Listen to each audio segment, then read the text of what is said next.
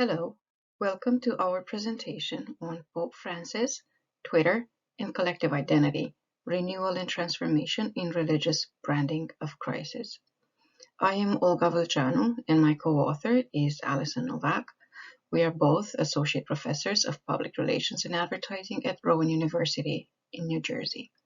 In the interest of full disclosure, a revised version of this paper was just published in a volume called Understanding Pope Francis, edited by Joe Blaney. Twitter offers a technological platform for social dialogue, even as it fosters collective identity. During times of crisis, individuals rely on religious leaders for insights and meaning-making strategies. Twitter is essential in the development and articulation of brand identity due to the platform's ability to share information quickly and broadly while requiring minimal technical resources and know-how. Religious discourse exists within the context of societal norms, evolving culture, and the explosive growth of social media. Religious leaders compete for attention and support, just as religious followers struggle to find meaning and relevance.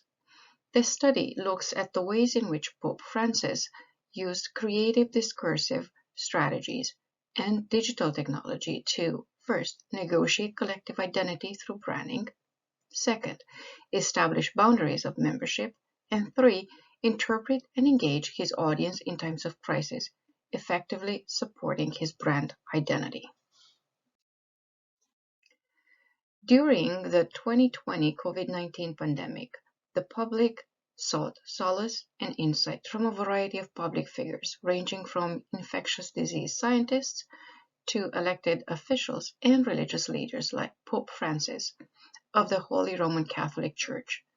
Pope Francis has used Twitter as a means to disseminate information and to connect with global followers. This study has employed discourse analysis of 864 tweets issued from the official account of Pope Francis at Pontifex between September 2019 and September 2020. As a brand, the Holy Roman Catholic Church presents elements that are essential to marking membership and exclusion of followers, such as its name, acceptable stylization of the Holy Cross, and normative behaviors such as prayer, obedience, caring for the poor. We have employed Fraser's discursive branding strategies to explore how the at Pontifex account performed its communication function using generic, preemptive, unique selling proposition, brand image, positioning, resonance, and anomalous affective messages. First, generic messages actually represent the majority of messages posted from the at Pontifex account. They could be posted from almost any Christian religious organization. The term generic does not take anything away from the value of the message. Indeed, we could all prefer a little more kindness and humility in our everyday lives. While such messages are easily adopted among followers in their everyday communication and reflection, they almost never address any immediate context or problem, and as such are rarely used when Pope Francis communicates about crisis. Preemptive messages, on the other hand, are used for functionally interchangeable goods and services. In the context of religion as a marketplace where individuals seek guidance or resonance, Pope Francis's discourse on solidarity and humanity across religions under the guidance of essential Catholic values provides hope and a way to achieve common goals with a higher purpose. For example, the current pandemic has highlighted our interdependence. We are all linked to each other, for better or for worse. Therefore, to come out of this crisis better than before, we have to do so together, all of us in solidarity. A secondary approach uses preemptive communication in contexts that may threaten the salience of issues related to the legitimacy of the Holy Roman Catholic Church. For example, we are one human family. Let us bring all hostilities to a halt.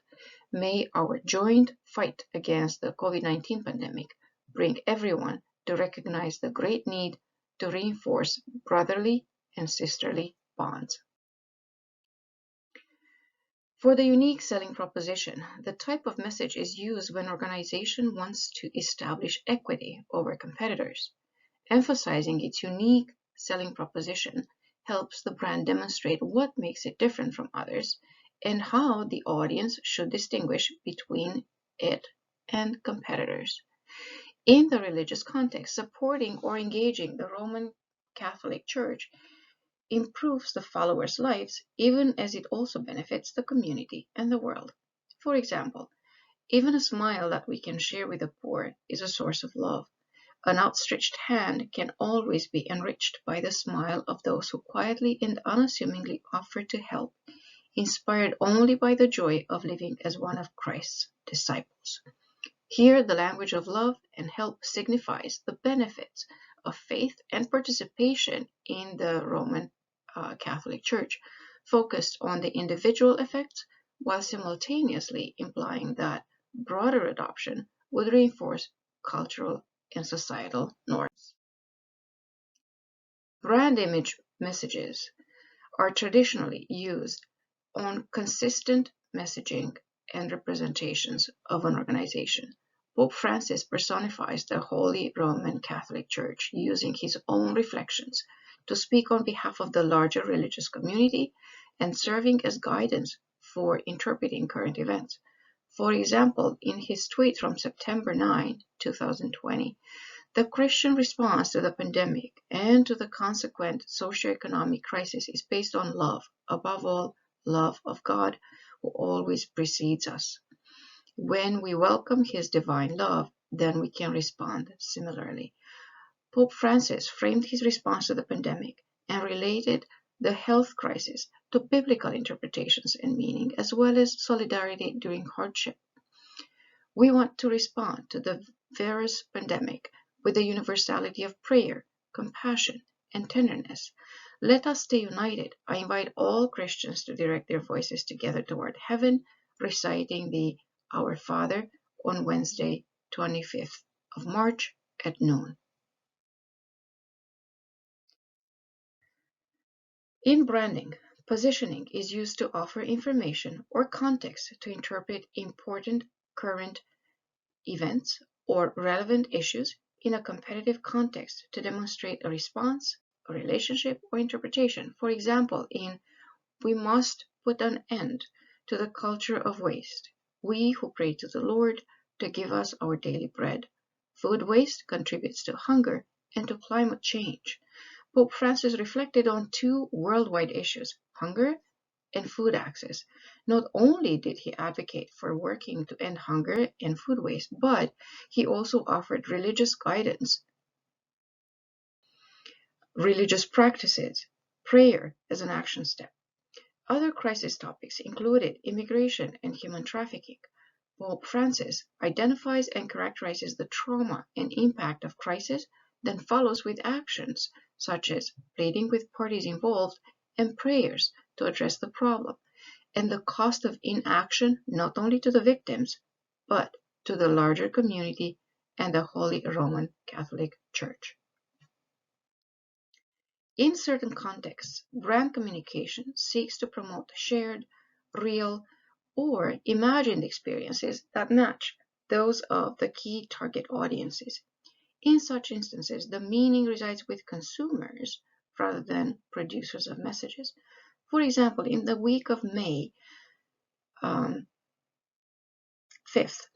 when Milan was easing the quarantine lockdown measures and Italy had just passed the 30,000 COVID-19 deaths threshold, a message from the Pope Francis account focused the attention on the loss experienced by living relatives and friends.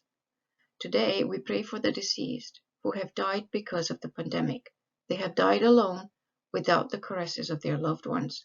So many did not even have a funeral. May the Lord receive them into his glory. Resonance in this case was achieved through converging personal loss with religious imperatives shared by all followers, an acknowledgement of the extreme suffering some had endured for the greater good, by breaking with tradition in one of the most important rituals of humankind, death and mourning. Most of the crises Pope Francis tweeted on during the year of this study were socially visible: protests, the COVID-19 pandemic, terrorist attacks, and displaced refugees. The last message strategy referred to anomalous or effective messages.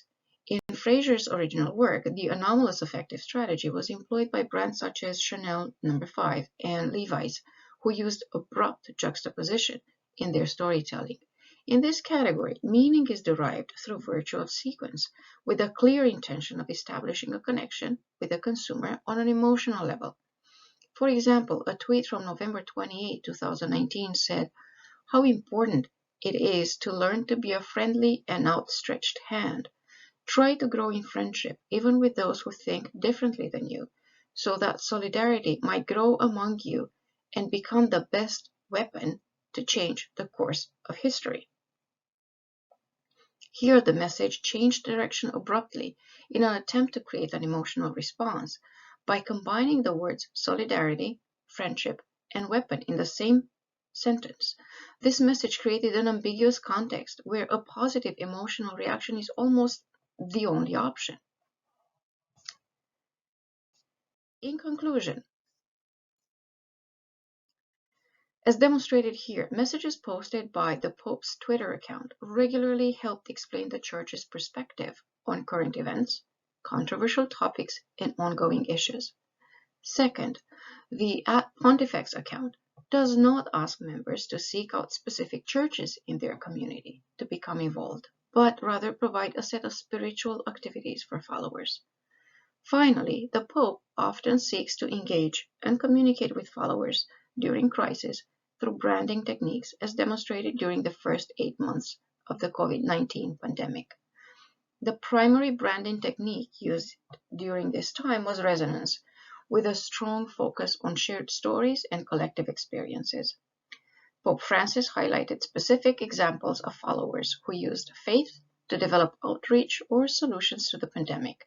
These stories helped shape both the approved ways and role models for combating the pandemic by describing real efforts taken by everyday people.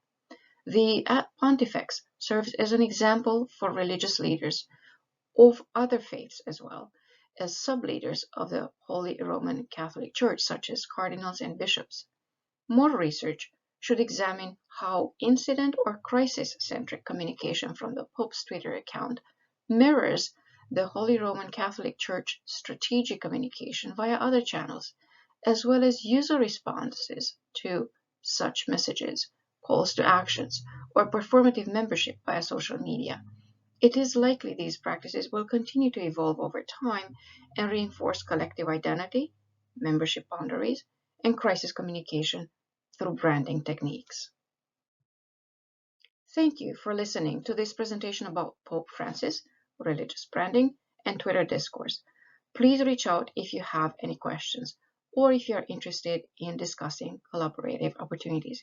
We would love to hear from you.